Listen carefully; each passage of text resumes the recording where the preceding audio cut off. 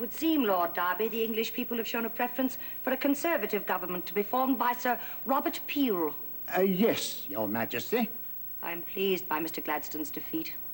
He has always addressed me as if I were a public meeting, and what is more, one that agreed with him. Yes, Your Majesty. No, Your Majesty. Lord Derby, you must learn to curb your wit. Yes, ma'am. To my mind, but one thing mars the Conservative victory. The party includes in its ranks a Mr. Benjamin Disraeli. That he might rise to a ministry in Sir Robert's government is to me most distressing. Her Majesty has never, to my knowledge, met Mr. Disraeli. Dear Albert, who understands such things far better than anyone, is of the opinion that Mr. Disraeli has not one single element of the gentleman about him. Yeah. If I may, Your Majesty, a ministry in Sir Robert Peel's cabinet is the logical reward for Mr. Disraeli's long, invaluable service to the Tory party. It is also his just reward. Lord Derby, you will convey our sentiments to Sir Robert. I shall require nothing but tea, thank you, Charles. I shall breakfast after my ride. Oh, I hope you'll excuse me, Mr. Gladstone. Surely, Sir Robert, your morning ride is less important than an understanding between us. Would you have a man deny himself his first, perhaps his only pleasure in life? A Prime Minister must deny himself many things. Your presence here, the leader of the opposition party in the home of Her Majesty's Prime Minister, verges on the indiscreet. Mrs. Gladstone and I are here at your invitation, Sir Robert. Yes, politics. We Liberals did not oppose you in the recent general election so strongly as we might have, Mr. Prime Minister. We've done our part, sir. Now you must do yours. There is this question of your party's Mr. Disraeli. Yes. Should he be given a cabinet ministry in your administration, he could be annoyingly obstructive. He's not so cooperative as you, sir. Disraeli's ambition has always been to be Prime Minister of England. Exactly. Now you would ask that he be robbed of even the consolation prize of a cabinet ministry. Yes. Yes, but you must excuse me. My morning ride is long overdue. Mr. Prime Minister. I will not be denied this pleasure. We've not resolved the question of Mr. Benjamin Disraeli.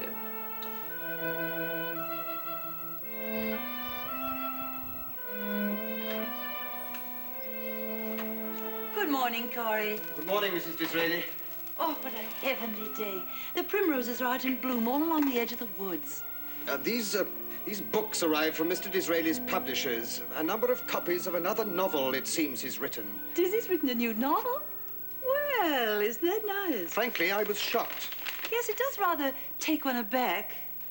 He disappears for a moment here, a moment there, and he rises early, comes to bed late, and then presto, one morning, a fine, healthy book is deposited on our doorstep. I won't read it now. He'll want to surprise me. I should have suspected this one. He's been plagued by sleeplessness for months. It's not when he wrote it that troubles me, but why, and at a time like this? Yes. Well, there's no letter for Mr. Disraeli from the Prime Minister. No, but there was a letter for you with the Prime Minister's seal on it. I separated it from the rest of the post. Thank you, Corrie. That was good of you. Well, I suspect you sensed it was in answer to a letter from a foolish wife begging, pleading for her husband's future. Dizzy would be very angry with me. Well, if my pleas have been answered, I will happily bear his anger. Oh, I feel as if I've lost a handbag and I cannot bring myself to look in the one last drawer where it might be found, for fear it might not be there. Well, there's no place for him in the cabinet. It's unthinkable that when Parliament reconvenes, Mr. Disraeli will be present not as a Minister of the Crown, but merely as another member of the House of Commons. If he's present at all. Oh, that mustn't happen. Not to Dizzy. It won't happen. Dizzy! Morning, my dear. Good morning. Corrie, Morning, sir. Have you had breakfast? How does it go? Oh, I'm sorry, sir. If I'd known you'd wanted company, I could not have been happier. The right to a solitary conversationalist breakfast without giving offense to one's partner is the singular advantage marriage has over less conventional arrangements. I'm certain that marriage has many advantages, sir. Because you are unmarried. Dizzy, you're very naughty. Oh, don't mistake me, dear. I have a great respect for marriage. I've always thought that every woman should marry. No man should. Surely for love, sir. Oh, never marry for love. I've committed many follies in my time, but marrying for love was not one of them. Dizzy married me for my money. We had absolutely nothing in common. I was very sad, she was very gay. I was very conceited, she had no conceit. He was a genius and I was a dunce. And I was older than Dizzy. That, of course, is no longer true. There was one thing. I possessed a debt of £7,000. And I had been left an estate of 10,000. We put our fortunes together. My dearest. I shall be in the rose garden. There was no letter for me from the Prime Minister. No, sir, there was not. These books arrived. This note was attached.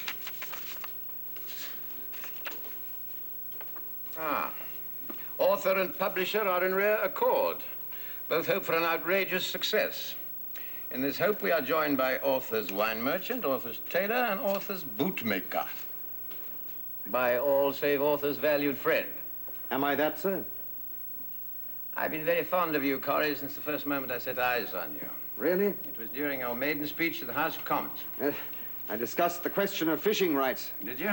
The protection of baby seals was a very hotly debated issue. I'm sure it was, but it was you and not your speech which fascinated me. Oh, no, I spoke for 45 minutes. At least.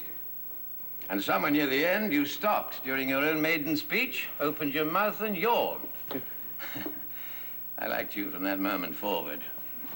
Then I believe our friendship allows me the right to question your publishing another witty novel at this delicate time. I had a desire to read a good book. Whenever I feel that desire, I write one. I'm afraid the Tory party feels deeply the disgrace of having for its leading spokesman a novelist. Especially a witty novelist. They may very shortly be spared that disgrace. I hope not, sir. Thank you, Corrie. Now we must press on if you're to meet the noon coach for London. Will you not be with me, sir? Mrs. John Leach. Oh, yes, the aid of the Honourable Mr. Disraeli is sought by Mrs. John Leach, widow, in obtaining a pension for herself and her children. I've taken care to secure some evidence of the activities of the late Mr. Leach. And should your memory of him need stimuli, I suggest that you examine these. Ah, yes, a cartoonist. His work appeared in Punch, I believe. He's not without ability. Ability? Really, sir. He dealt in craven caricature. Disraeli, Shylock's heir, comes to Parliament. Makes you look like a beast of prey. And look at this one. It's clearly meant to be you. A fop by his clothes, wearing exaggerated gold chains and donning finger rings over his gloved fingers. I confess there was a time. Sir. I'd heard that Beau Brummel wore one ring, so he was an idol of mine. I decided that 2 rings would make me his superior. And there was a time I wore 4 rings on each hand. Scarcely flexed my fingers. Well, even your generosity, sir, cannot excuse this caption. The bumptious Jew boy. I was bumptious, perhaps. And I was certainly a boy until well into my 30s. No, but you were not a Jew, sir. I was born a Jew, Corrie. But you were baptized a Christian. Not until I was 13 years of age. No, but you were baptized, sir. I had a grandmother so vain she could think of nothing else but what a lofty position she would have occupied in society had not her religion exempted her. My father was a scholar who worshipped more faithfully in the reading room of the British Museum than in any synagogue. In truth, he thought so little of such things that he allowed a friend to convince him that my sister, my brothers, and myself would get on better in this world if we belonged to the Church of England. Had it not been for these pressures, I would be a Jew in faith as well as in race. But you are a Christian, sir. Do you not consider yourself a Christian? I do, Corrie. But even if I'd entered the clergy and risen to become the Archbishop of Canterbury, I am sure there would still be those who would consider me a... Well, see what can be done for the widow and her children. Sir... They must not starve. Leach was your enemy. I feel no threat from my enemies. It's my friends who confound me. We have guests. Mr. and Mrs. Gladstone. William Gladstone Good here. heavens. They're on their way up to London. Or if you don't wish to see him, you needn't. I told them you were taking a shower bath. Yes, but one can't shower bathe forever. Dear, it's true, isn't it? What shall I say? Say nothing, show the men. I always enjoy seeing Gladstone. The man fascinates me. He's been a bore for so long, he's become an institution. Why, here he is. Madam, Good morning. Mr. Gladstone. Mr. Do Disraeli. you know Mr. Corrie? Morning, sir. Morning. Madam. I believe Mrs. Disraeli said you were taking a shower bath. Mary Ann? Oh, how foolish of me. Well, how could Dizzy be taking a shower bath without me? What do you mean by that? Well, he loves to take a cold shower, but he's such a terrible coward that I have to be there to pull string for him. Oh, dear. A coward? I wouldn't have suspected that of you, sir. Timidity has always been my secret vice. Won't you be seated, ma'am? You will take a glass of Madeira? We can stay but a moment. No, thank you. Thank you. Your husband, Mrs. Gladstone, is very handsome. Oh, dear. Of course, I think Dizzy's handsome. Don't you?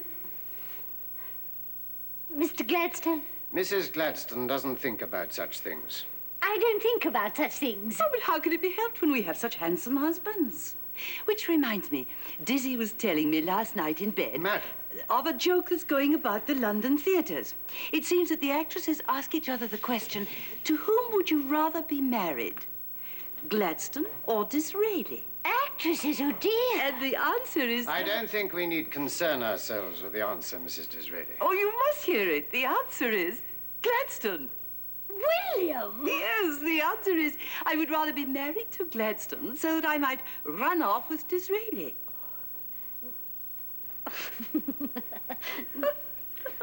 I'm afraid I don't find sin in any form amusing.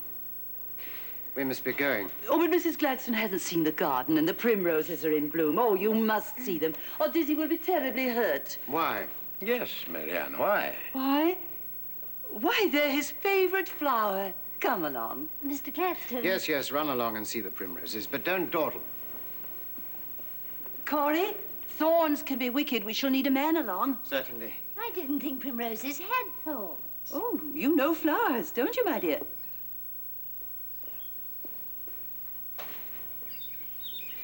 Will you be seated, sir? I would be truthful, Mr. Disraeli. Oh, some trouble's coming when a man is anxious to tell the truth. I've heard a conjecture here, a sentiment there. Rumors. Rumors. That, given certain circumstances, you might absent yourself completely from the House of Commons. Well, there have been such rumors. Will you retire from Parliament? Why is it so important? You've long been an articulate adversary to my party's hopes. Thank you. Whether or not you are present alters the way we use our strength. In example, sir, the Liberal Party, as you must know, has long been in favor of lowering tariff barriers to ensure the acceptance of English goods and English industry on the continent. Yes, you Whigs have long been in favor of turning England into a workshop. Perhaps the workshop of the world. The world will change. It will 100 years from now be one great workshop everywhere. Who will feed England then? Then I take it, Mr. Disraeli, that the rumors of your retirement are false. It would be a pity. It would save you untold anguish. Even if I were not to remain in Parliament, my party would still be in power. The Conservatives will never allow your tariff reform bill to pass. The Conservative Prime Minister's sentiments differ from yours. I beg your The pardon. bill is very popular. Sir Robert Peel has privately pledged himself to the proposition. He was elected on principles totally opposed. Prime Ministers can change their minds. But we were discussing you and the desirability of your retirement. If I may enlighten you, Gladstone, I've received no communication from Peel denying me a ministry in his government. You've not? Then your post must be late. He sent off a note to this house last night. Believe me, sir, you're free officially to consider the question of retirement. Or to claim a prime minister's prerogative and change my mind. That would be a mistake. Peel's not naming you in the cabinet renders you impotent in your own party. You'd only be asking for abuse. No. Be wise, sir. On hearing of your retirement, Her Majesty might be persuaded to confer a title upon you. Retire under the blight of party dissension, and that honor will be lost. Mr. Gladstone, if this conversation is to continue, let it be an open debate on the floor of the House of Commons. Good day to you, son. Your manners border on rudeness. Had I anticipated such treatment, madam, I would not have accepted your invitation to come here. Good day. Mrs. Gladstone?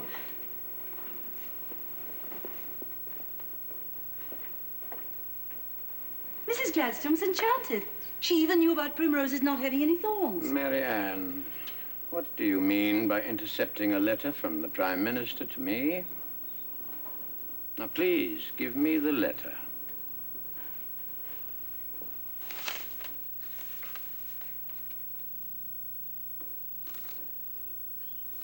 It's addressed to you.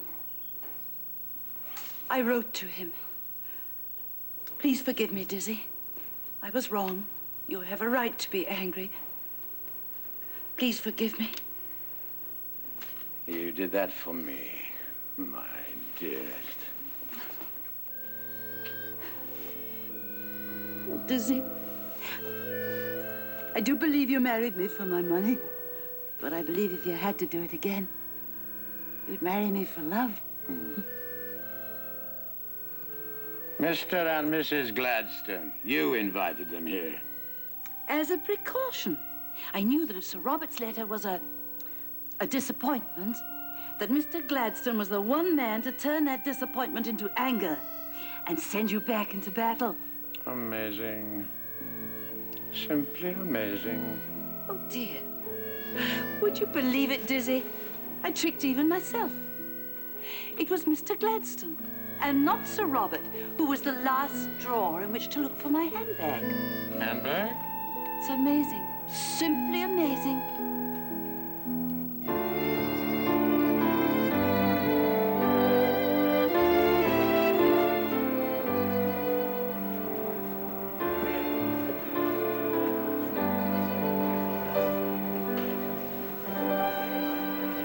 Disraeli. Prime Minister? I'm pleased to see you here. Are you, sir? Disraeli? Rothschild, the Prime Minister. We have met, Sir Robert and I. The election which made you Prime Minister designated Rothschild as a Member of Parliament from the Borough of London. I am aware of it. I believe Rothschild's presence in this body will be most helpful. Are you being facetious, sir? Perhaps I'm selfish. Rothschild and I have long held similar views. Yes. Do you recall the occasion several years ago when you and I were in complete agreement? At the time, I failed to convince Her Majesty's government to participate in what was then described as an outrageous fantasy, a hoax. Now, what was that project? Oh, yes, the Suez Canal. I acknowledge, Disraeli, that mistakes have been made. I wonder. Some mistakes have never been rectified, though the opportunity's presented itself time and again. An example, Rothschild here. Duly elected Member of Parliament, elected 7 times and never been allowed to take his seat. Has that mistake been rectified? I will repay your obtuseness with candor. Mr. Rothschild, you have for many years been indulging in a charade. If you will take the oath, you will be permitted to take your seat. It is a Christian oath. A formality. I am a Jew. They're an obstinate, unbending people. Yes.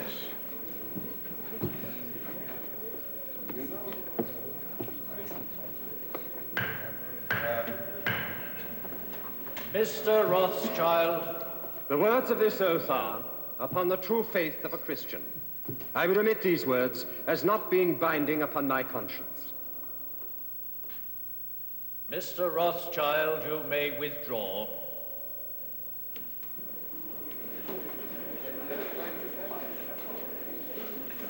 Do not lose heart. You and I, Rothschild, belong to a race that can do everything but fail.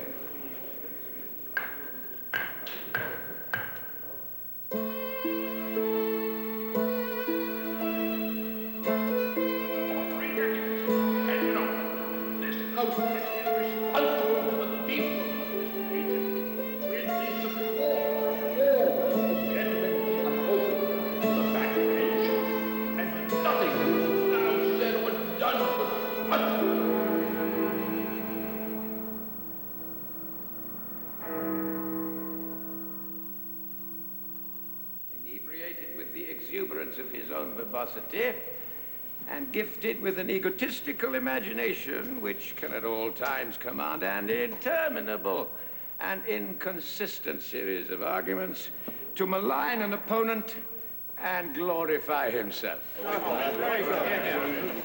I do not say that the leader of the opposition is in no way distinguished. He is distinguished for his ignorance. Sir! The leader of the opposition has only one idea. Mr. Disraeli! Only one idea, and that is wrong. Mr. Disraeli, sir! I would have hoped that you would be more aware of the impropriety of your behavior than to need reminder from the leader of your own party.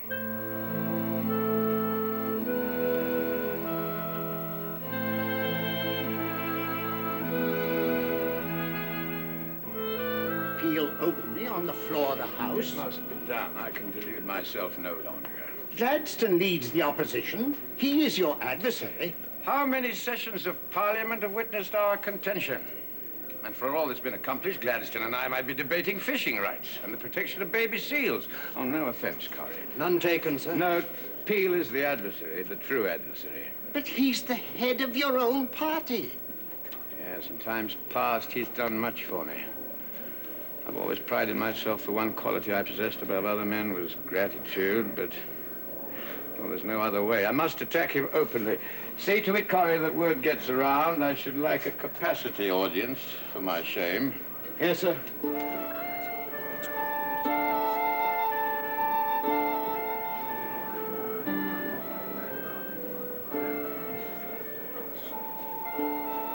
I'm told you intend to speak against the leader of your own party. This is folly, sir.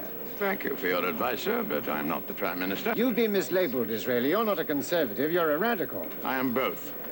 A conservative to preserve all that is good in the government, and a radical to eradicate all that is bad. Do not confuse righteous indignation with revenge, nor courage with ambition.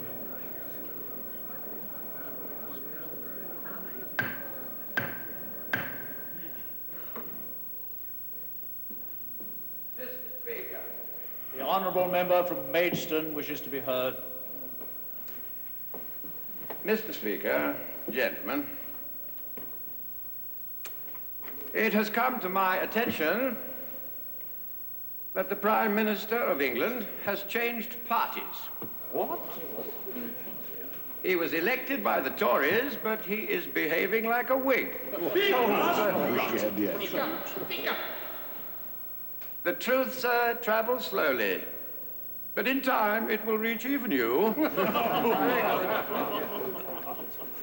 Loyalty to a political party, however ungrateful that party may be, is a necessary virtue in politics. Are you suggesting that the Prime Minister is without virtue?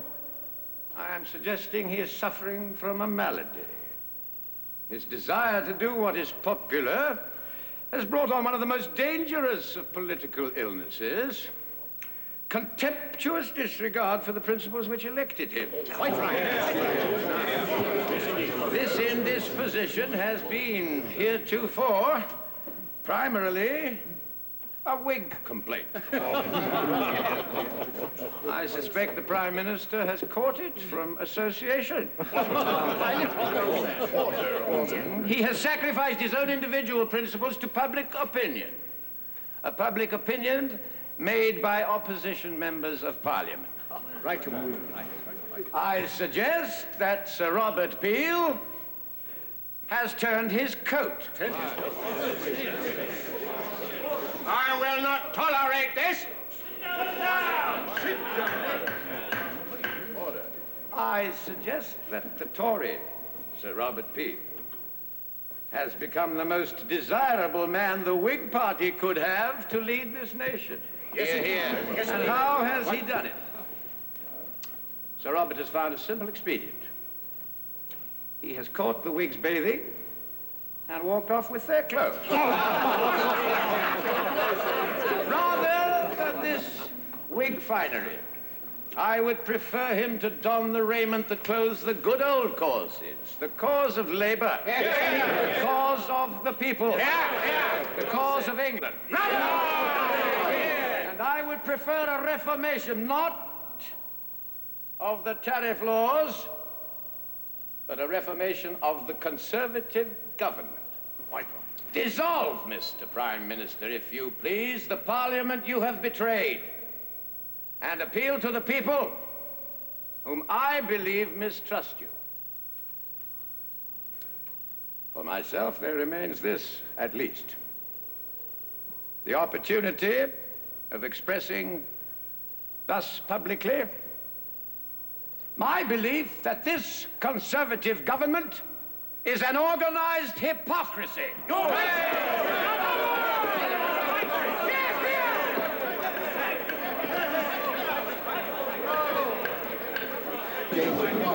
That man is outrageous. By heaven, he'll do it yet. Do what? Become Prime Minister of England. That must be prevented.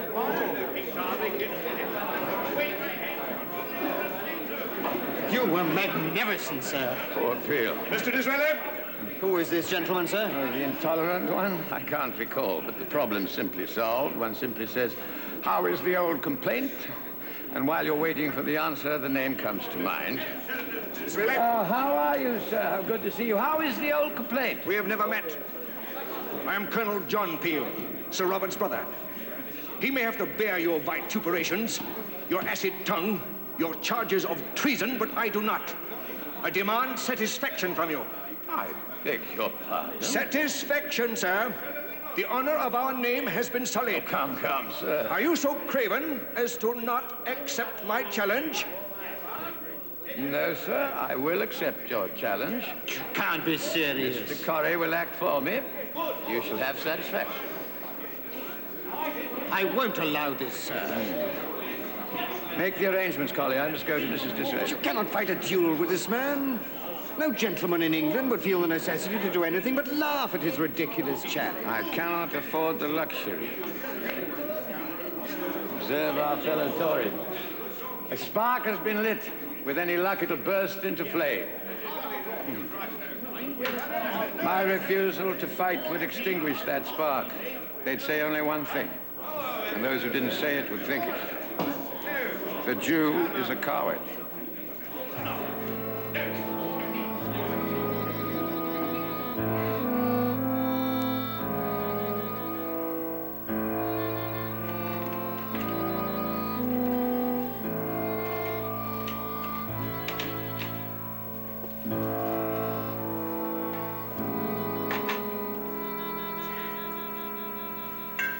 Oh, Dizzy, not ready for bed. Why, I chilled a bottle of wine and cook's put aside some cold fowl for our supper. Oh, dear. You're more a mistress to me than a wife. But I have to be up outrageously early and have a clear head. Corrie's calling for me at dawn. What on earth for? A boring piece of business. Forgive me if I don't discuss it. But I resent the time that would be wasted. As you wish. Oh, dear. Your hair. I've let it get much too long. If you've an engagement tomorrow, it must be trimmed. It's not the sort of engagement that calls for perfect grooming. Will there be other gentlemen present? Yes. Then you must do as I say. Do you know, I do believe that except for how do you do, those were the first words you ever spoke to me. Oh, dear, your hair. It's much too long. Oh, I was correct then, and I am now. I dare say. It was at one of Lady Blessington's parties. Oh, yes. Mr. Disraeli, is it? Yes, madam. Doesn't Lady Blessington give elegant parties? Did you ever see so many diamonds and so many lovely ladies? I'm having a most delightful time, aren't you, Mr. Disraeli? Well, Oh, you must forgive me for rattling on and on like this when we've just been introduced. But I like you. I so like melancholy, silent men. I don't doubt it, ma'am. You see, nature gave us 2 ears, but only 1 mouth. Oh, sir, you are amusing. May I hope to have amused you? Anyone amuses me once, madam. A new acquaintance is like a new book. I prefer it even bad to a classic. Oh, Dizzy, how wicked you were and how conceited. You must allow every man the right to be conceited until he's successful. And I was such an abysmal failure. I felt as young Caesar must have, bewailing the fact he wasn't born Alexander. I'd envisioned such a spectacle for my life. One continued grand procession from manhood to the grave. Such dreams, to be so compromised to the sad substitute of literature and the second rank of politics. My dearest. But for you, I sense no feeling of acceptance, let alone affection. Oh, Dizzy. Dear Dizzy, why there are so many that feel affection for you. Corey. And one other, just one other. Well, if you are disliked by some people, you know perfectly well why. It's your politics. No, it's not my politics they dislike, it's myself. And do you know, I tell you this in embarrassment. I've been told, and I know it to be true, the Queen dislikes me. That thought saddens me. Why, she's never met you. Nonetheless, I should like to be liked by my Queen. My love. Am I wrong to care so deeply? No. No. Why do I love the English so much more than they love me? Or indeed than they seem to love themselves? Must I tell you? Yes. It's because... Oh, dear. The roots are showing a bit Oh, grey. Marianne, really? It's because you're a foreigner. I was born at number 6 King's Road, Gray's Inn, London. But you're an outsider. I feel English. Oh, you're more English than the English. That's why you're so concerned with empire and with grandeur and with India and the colonies. It's the Oriental in you. Oh, really? Oh, it's always been quite plain to me. You want India, in example, to be part of England, just as you want to unite the Englishman in you with the Oriental in you. I've never heard such foolishness. I'm a failure. Plain, not fancy. This will pass. You mark my words. You will, in a very few years, be considered one of the greatest men of your day. There. I hope the gentleman with whom you have the engagement will appreciate my efforts. How handsome you look. You know, often when I hear ladies admiring the beauty of Greek statues, I think to myself, I wish they could see my Dizzy in his bath.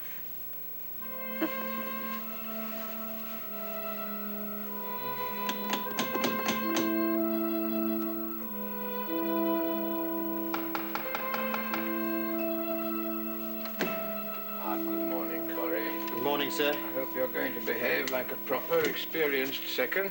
Sir, you will have no need of a second. The challenge has been withdrawn. There will be no duel. I don't understand. Sir Robert Peel has met with a dreadful accident, a fall from his horse. I'm sorry to hear that, Sir, Corey, but... the Prime Minister is dead. Peel dead? The Queen has asked Lord Derby to form a government. Lord Derby wishes you to accept a ministry in his cabinet and asks that you join him in Downing Street at once. Dizzy. My dearest. Dear Dizzy. No. A cabinet minister. No, at last. You must go back to bed. No, I'm all right. The air is bitter. In a very few years, I was wrong. It was a very few hours. Oh, come, dear, come. Go, my love. Don't keep the Prime Minister waiting.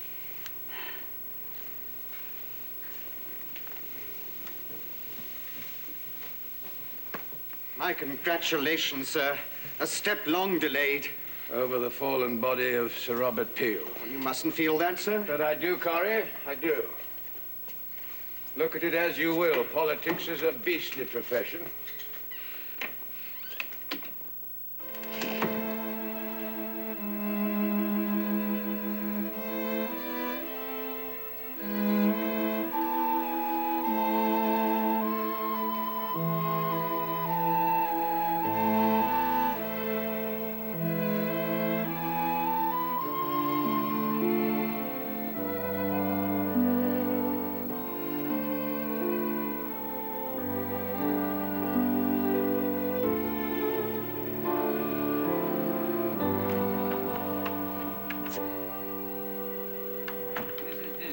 Asks to be forgiven, Lord Derby. It's her custom to rest after luncheon.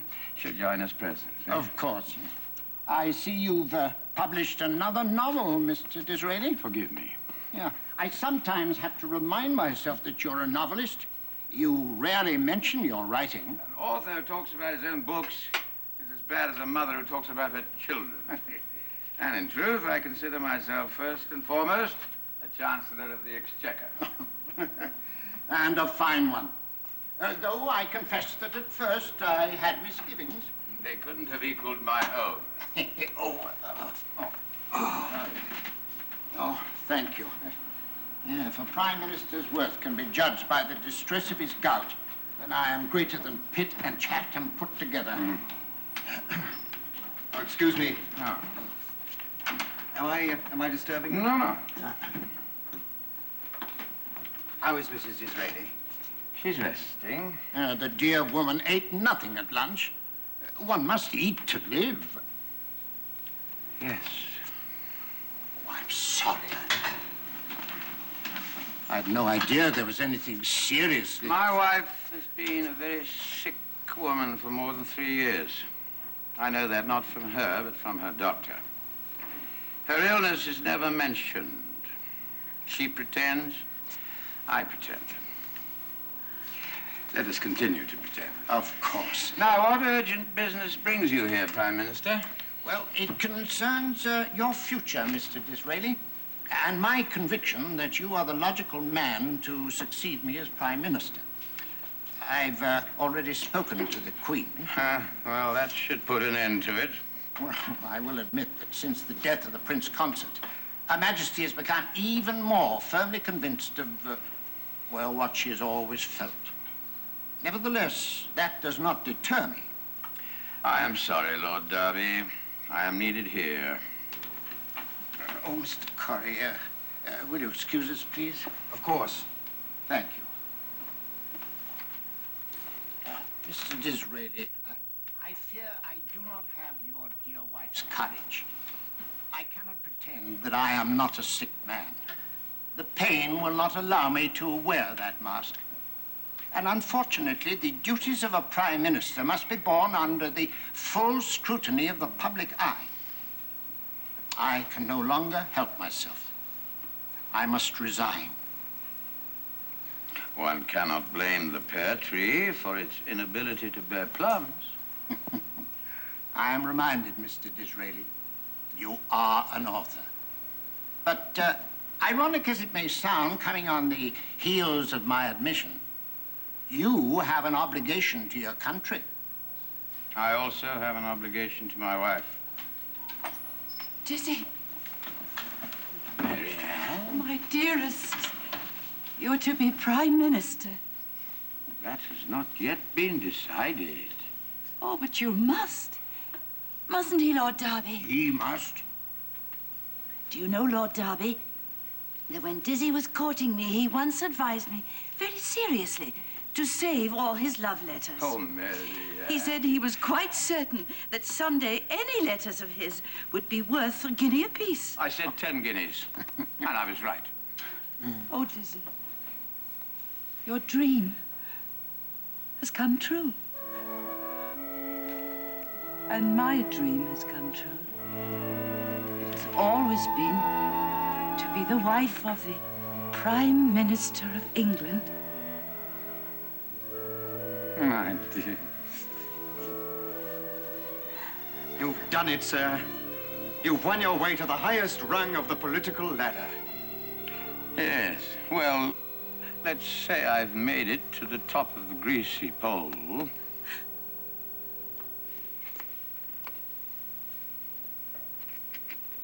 Your Majesty, he is waiting. Mr. Disraeli is waiting. And we did not approve of his conduct towards Sir Robert Peel. But we must now ask this Mr. Disraeli to kiss hands and become Prime Minister of England. Ma'am, Mr. Disraeli has had to make his way. Men who make their way must say and do things which are not necessary for those for whom positions are provided. Albert did not approve of him. Not wishing to contest the opinion of the late Prince, I remind you, our constitutional monarchy... Lord Derby, we are aware of our obligations. Oh, send him in. Send in your Mr. Disraeli.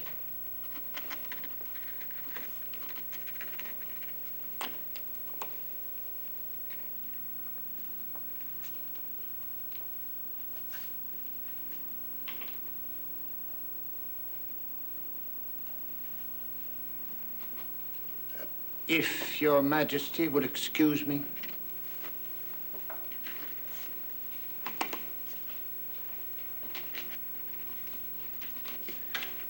We are told we must ask you to form a government.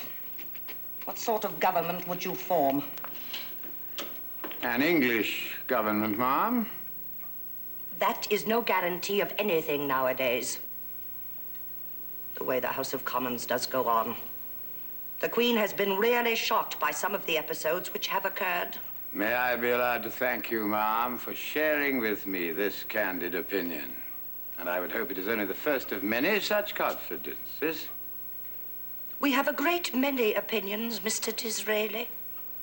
If I could be privy to them, no greater help could I ask in pursuing the faithful administration of your wishes. We have found it customary, Mr. Disraeli, for prime ministers never to refuse or contradict, but invariably forget. One crime I shall never be guilty of, Your Majesty, is lack of consideration for your wishes. Very well, then. Consider this. It is my wish that this nation go to war with Russia. I believe Russia is at present rather occupied by her war with Turkey. Precisely. If Russia should conquer Turkey, she would be in a position to control the Dardanelles, to endanger England's passage to her Indian colonies. I presume Your Majesty is referring to the Suez Canal. Precisely, Mr. Disraeli. That canal may be owned and controlled by foreigners, but 3/4 of the shipping that goes through it is British. The Suez Canal is not a fantasy, Mr. Disraeli. No, ma'am, indeed it is not. Very well, then. Surely you can see that Russia is a threat to the canal? I am afraid of the Russians. We must go to war with them. I don't believe we should be driven into war through fear of war. Mr. Disraeli, do not read the newspapers. I am wary of newspapers, ma'am. I believe that nothing in them is ever quite true. That's why they're so popular. Your opinion conflicts with that of the experts. I am also wary of experts. If you believe the doctors, nothing is ever quite wholesome. If you believe the soldiers, nothing is quite safe. And if you believe the theologians, nothing is quite innocent. You're not a Darwinian, are you? As to whether we descended from apes or angels, I am on the side of the angels.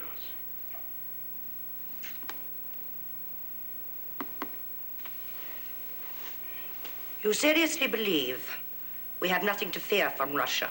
No, ma'am, no. And what of the rest of Europe? Is it to have naught but England's good health at heart? Unfortunately, no.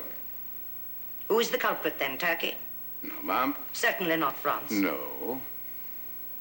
Who then? Prussia and Prince Bismarck. Bismarck. Bismarck's the most dangerous man in Europe, with the possible exception of William Gladstone. We suspect that is a joke. Not entirely, ma'am. I must confess, Mr. Disraeli, you mystify me. Would dear Albert were alive. Yes, ma'am, would indeed he were alive. Did you know the Prince, Mr. Disraeli? I had the great fortune to meet him once. He was the only man I ever met who realized the ideal. He blended tenderness and vigor, romantic energy and classic repose. My brief acquaintance with him was one of the most satisfactory incidents of my life. There was in him a union of the manly grace of chivalry with the intellectual splendor of the Attic Academe. You, Mr. Disraeli, are the only person I have ever met who truly appreciated him. I felt a kinship to him, ma'am. Each of us was, in his own way, a foreigner. Mr. Disraeli, will you upon receipt of high position, will you behave with somewhat less temerity than you have in the past? Will you conduct yourself in a manner befitting a Prime Minister? Will you curb excess? If Your Majesty will allow me one last excess, luxuriant gratitude.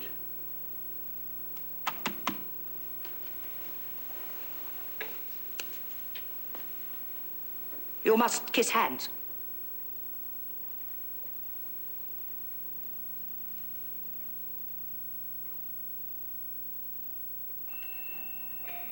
I've given her something that will make her sleep. I should not leave the house tonight. Your presence here would be of little medical benefit to her. Though I believe that you might benefit by it. Ah, a touch of gout, nothing serious. At your age, Prime Minister, everything is serious. I should be glad to stay here this evening, sir. Thank you, Corrie. May I see her? Of course.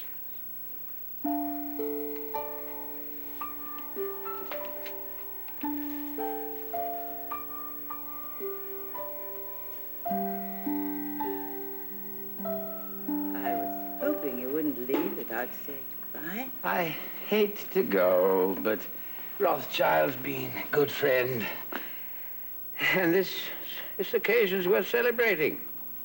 When Parliament reconvenes, he will be allowed to take the oath on an Old Testament and be able to take his seat. It's all you're doing, Dizzy. You must feel very proud. Well, it's an occasion. Oh, convey my congratulations. Although, dearest, if you were to send word tonight that you're indisposed, I'm sure he would understand. He has information for me. Ah. Then I understand, Prime Minister. Now then. Well, be sure you take a warm rug in the carriage. You must put away your pen and not tire yourself. The Queen has sent me a copy of a new book she has just written. Journal of Our Life in the Highlands. I, too, received one. And she sent around the kindest note, hoping for a quick recovery.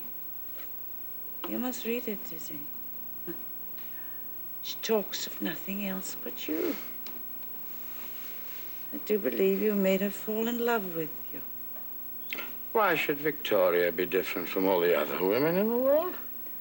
Dizzy. What sort of outrageous things have you been saying to her? My conversations with the Queen are as fine and deferential as my relationship. I never complain, I never explain. You pretend to be such a cynic, to hide the great romantic that you are. How you must love to sweep and swirl and play the courtier of Her Majesty. Oh, I must confess there have been times when I've made use of flattery. Diplomacy. Yeah, I found that when it comes to royalty, flattery... Chivalry. No, flattery must be laid on with a trowel. Oh, now, I've shocked you. The Queen needs something more from you, Dizzy. She is different from all the other women in the world. You must not deceive her. Remember, my dearest, that Victoria, for all Her Majesty, is a woman alone. Good night. My love.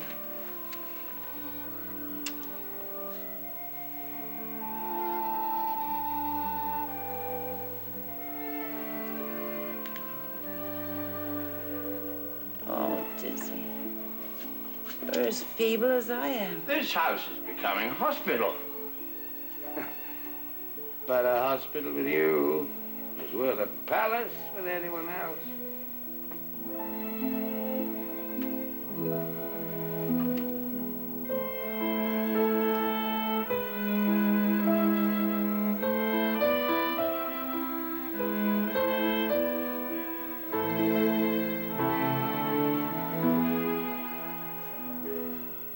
trust you're having an enjoyable evening. I am grateful for the opportunity to meet under the excuse of social obligation. I fear that a business meeting between the head of Rothschild's bank and the Prime Minister of England would set the stock exchange quivering even more than is desirable. Have you information? I've heard from our representatives in Africa. News that has not yet been received by Her Majesty's government. The Khedive of Egypt is in serious financial difficulties, personal debts, gambling primarily. In the past, our bank, or one of my brothers, usually Rothschild Fils, occasionally the Vienna House, has extended credit to him. The Khedive of Egypt owns 50% of the Suez Canal. Is that no longer good collateral? Not with so profligate an owner. He wishes to sell. Prince Bismarck with Mr. Gladstone and Count Andrassy, they're coming this way. What is the price? 20 million pounds. Good evening. What do you do? Such a sum would have to be raised through Parliament, where debate could drag on for months. Fortunately, Parliament is not in session. I will speak to Her Majesty. Had I the authority, Prince Bismarck, I'd put an end to these Bulgarian atrocities by sending British troops into the Balkans. Well, Mr. Prime Minister, you have the authority. How do you feel? I protest against meeting atrocities with atrocities. I don't think you understand what's going on there, Mr. Disraeli. I've just published a pamphlet on the Bulgarian atrocities. I should be glad to send you a copy. I have read it. And of all the atrocities, Mr. Gladstone, I believe your pamphlet to be the worst. Gentlemen, you'll excuse me. When we met this evening, I had an impression. I told Count Andrassy, and I was right. That one is schwach, is second-rate. But the alte Jude, the old Jew, that is the man. Yeah. Very flattering. I am in complete agreement.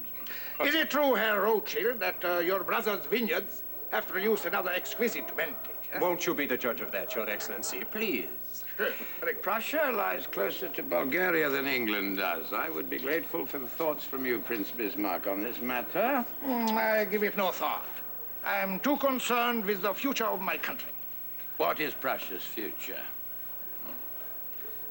Prussia will unify the German states under her control, absorb Count Andrassy's Austria, and eventually conquer the rest of Europe. We must beware of you, Prince Bismarck. You mean what you say. Why, cannot Prussia have her dreams of empire as well as England? You delight me. You think you are the only one that know what is happening in the world, eh? You English are so, English. But I feel so English. I must meet my queen first thing tomorrow morning, so I will say good night. I am pleased you could come. Mr. Disraeli. It's Mrs. Disraeli, sir. She... Mr. Disraeli, my deepest sympathy.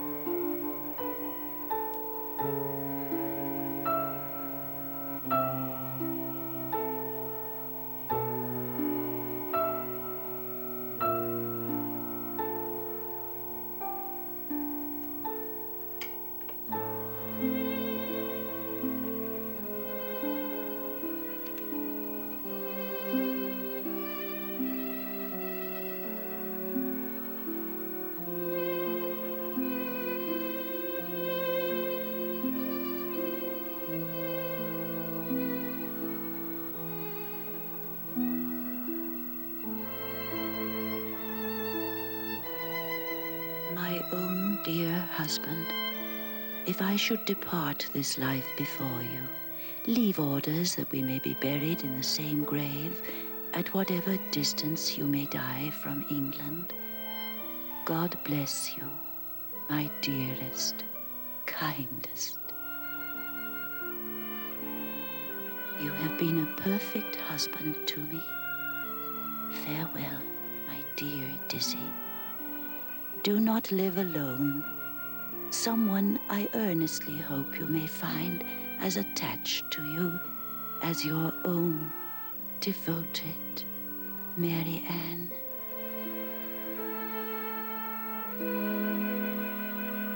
She was the most cheerful and courageous woman I ever knew. We were married for 33 years, and no moment of it was dull. Now, when I ask my coachman to drive me home, I feel it's a mockery. I must apologize for this display of grief, but I know that you, of all people, can understand my loss. Are you in pain? I believe that gout is the occupational disease of prime ministers. You shall have a chair. To sit in the presence of my sovereign. I insist. Oh, I thank you, ma'am. There are many things I no longer have the strength to attend to. I've even had to let my hair go gray. At times like these, we must be grateful for the responsibilities that make the unrestricted indulgence of sorrow impossible. Yes, ma'am. I have been going over your reports. The proposed purchase of the Suez Canal shares, now owned by the Khedive of Egypt, seems most urgent. Most urgent, ma'am. What would be the advantage of ownership? I won't bother your majesty with the fiscal and military aspect, but rather I would confide the ingredient that such an imagination as your majesty's can understand. Imagination? We authors, ma'am, is not imagination, our curse.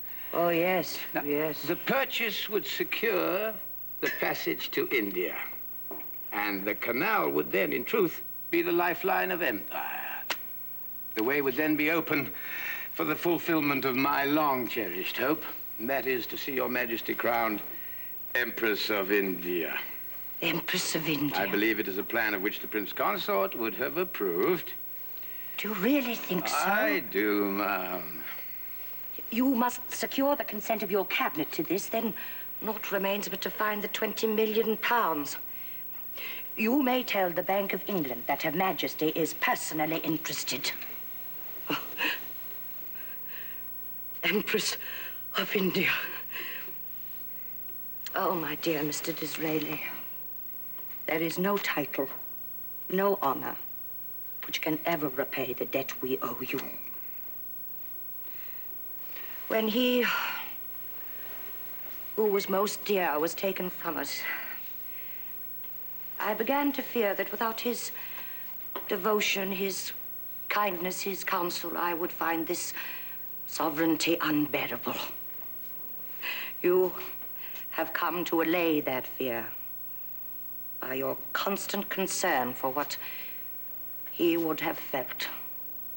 You have always understood our loss, as we must now tragically understand yours. And you have always known my secret.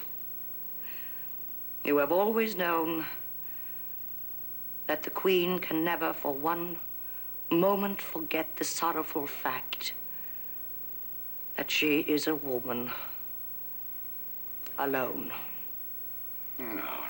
What is it, sir? Your Majesty must excuse What is it, Mr. Disraeli? Are you ill? No, ma'am, deeply distressed. Sir, I am at a loss.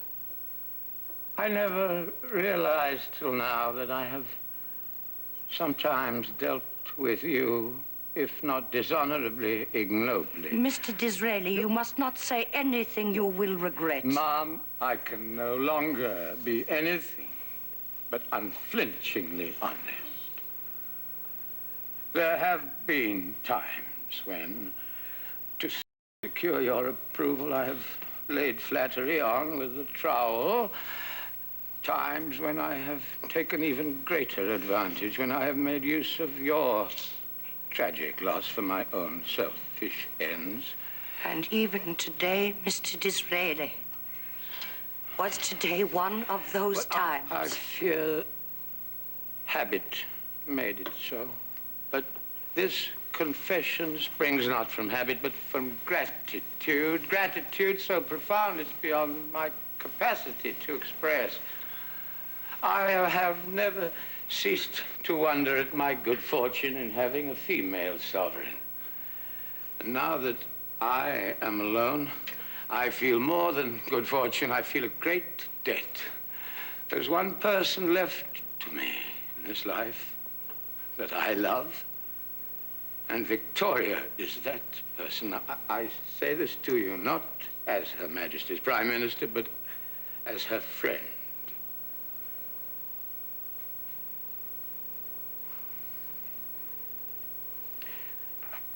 My debt to you, Ma'am, is increased by your hearing of this confession.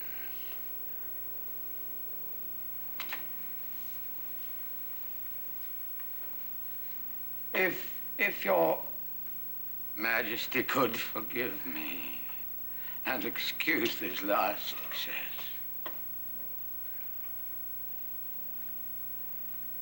Mr. Disraeli, you must allow me one last excess.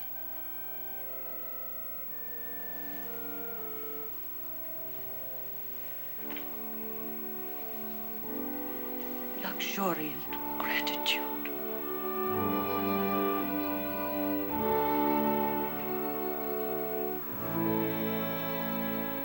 Mr. Prime Minister, my position as chairman of the board of directors of the Bank of England does not authorize me to lend you £20 million.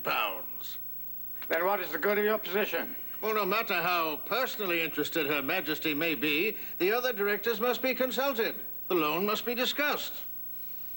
How long would that take? Well, we're all aware of a certain urgency. How long? Well, providing there are no serious objections, you could have the money in a matter of a month or two. But in a matter of a day or two, the Khedive shares will be sold to the first buyer. Well, you must understand that £20 million is a great deal of money. Thank you, Lord Malloy, for that expert financial advice. Mr. Prime Minister, if I may further instruct you in matters of finance, I am but one individual. The individuals in this world who can make available to you £20 million merely for the asking are rare. Indeed, I doubt if any such men exist at all. My lord, you are wrong. By one. Prime Minister at this hour. Show him in.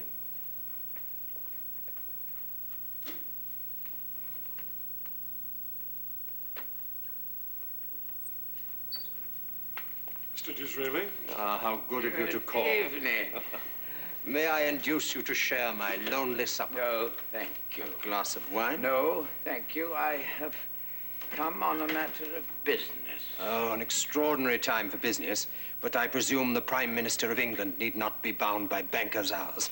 Won't you sit down? No, I won't. Do you mind if I do? Please. Thank you. I wish to purchase those shares in the Suez Canal owned by the Khedive. And for that purchase, I wish to borrow a sum of money. A sum of money? £20 million.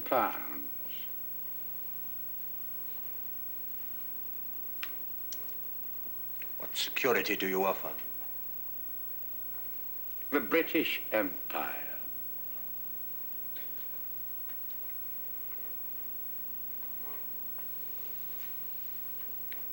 You shall have the money within 24 hours.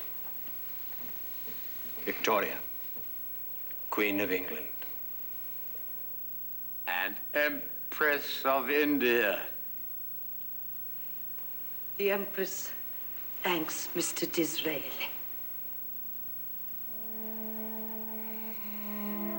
Go. What is it, sir?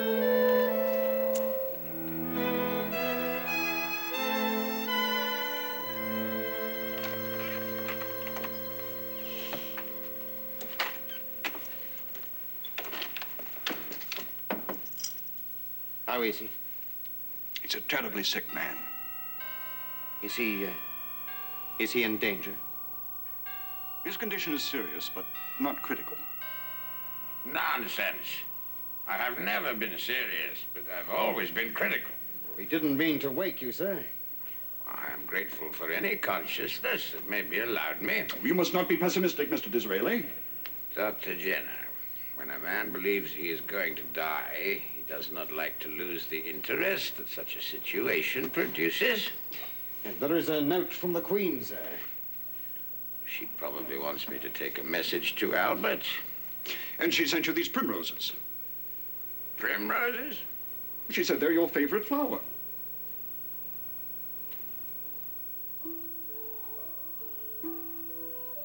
The primroses are in bloom. Oh, you must see them, or Dizzy will be terribly hurt. They're his favorite flower. A note from Her Majesty, sir.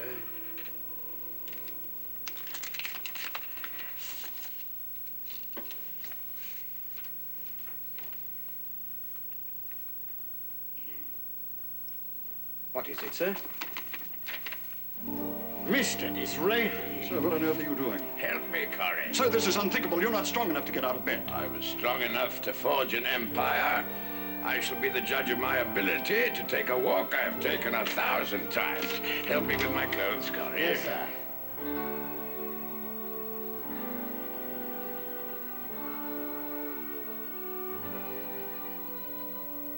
Help you, sir?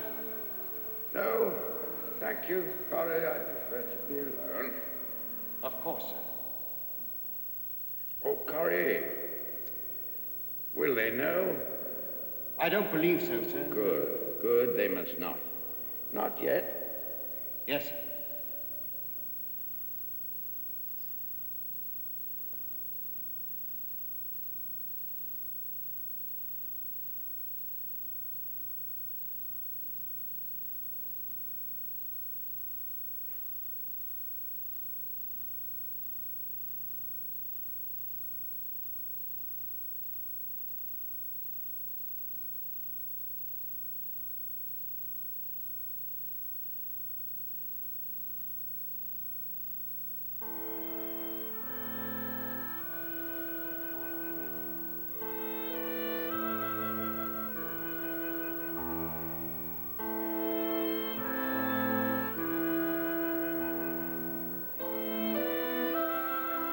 You're Disraeli, aren't you? Yes, sir. Robert Peel. Sir Robert. You're the new member from Maidstone. I am. I presume you intend to make a maiden speech. I've prepared some remarks about the proposed Suez Canal. Yes, well, if I may presume to give advice to someone so full of the enthusiasm of youth, the Suez Canal's a fantasy, a hoax. It can never become a reality. I seriously counsel you against introducing such a subject. Do you excuse me, Sir Robert? Yes, sir. Sir? William Gladstone, splendid fellow, came down from Oxford in '36. They say there's less drinking among the students to this day because Gladstone was there. Yes, well, now, where were we? Oh, yes, your speech. I would suggest some sound, acceptable topic. Fishing rights, for example. Or the protection of baby seals is a passionately debated issue. Sir Robert, I'm Lionel Rothschild. I've been elected from the Borough of London. Ah, yes. This is Mr. Disraeli of Maidstone. How do you do? It seems there's to be some problem as to your swearing in. It would appear so. Well, you have been advised, sir. The responsibility is yours. Yes, sir. That is so. Yes. Oh, just one thing more. As to the manner of your speech, you are, I believe, a novelist. What they call a witty novelist. I must beg of you not to be witty here.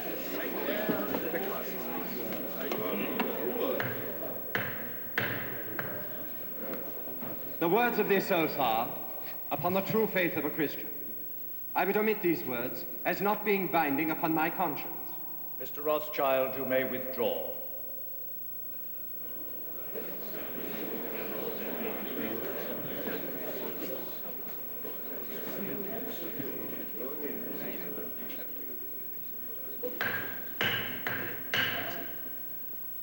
Mr. Speaker, will the chair recognize the member from Maidstone?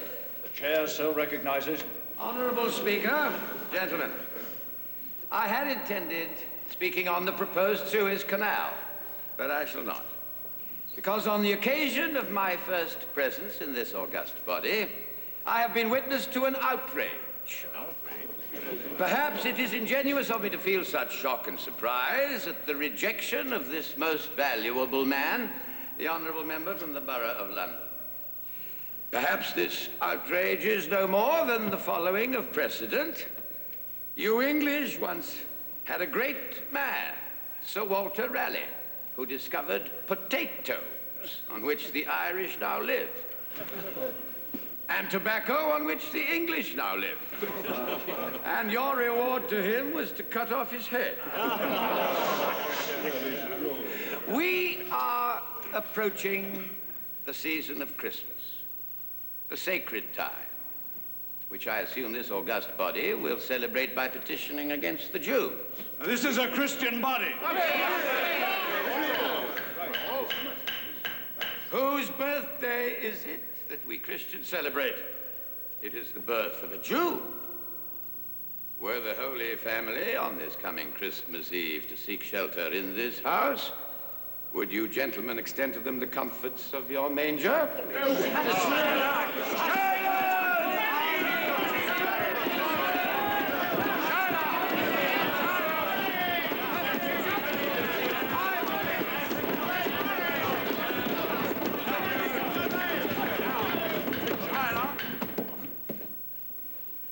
Though I sit down now, the time will come when you will hear me.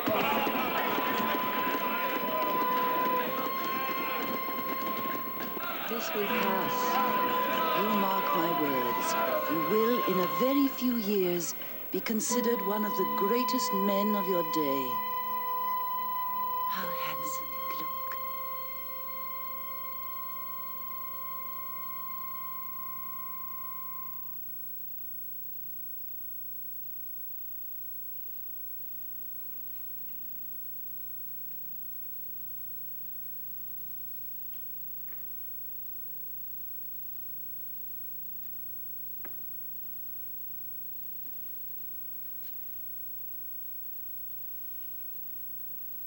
I have spent more than 3 decades in this house. I shall not set foot here again. I am sad at the thought, but honored by the cause. Tradition and the inviolate rights of Englishmen dictate that this house shall be forever closed to peers of the realm.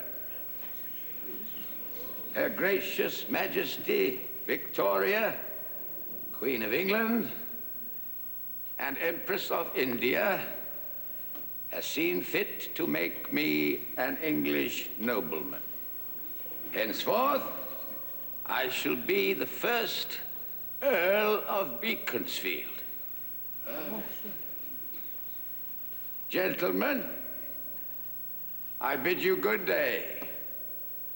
We shall not meet here again.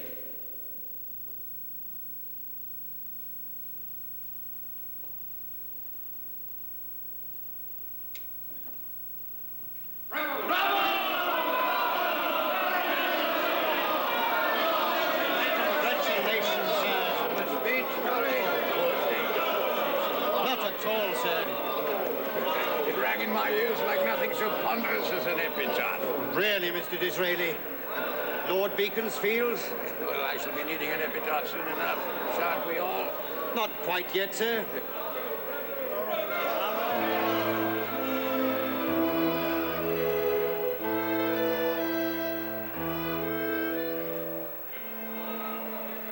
Lord Beaconsfield, if it was an epitaph, if I am dead, one thing is certain. I am in heaven, Curry.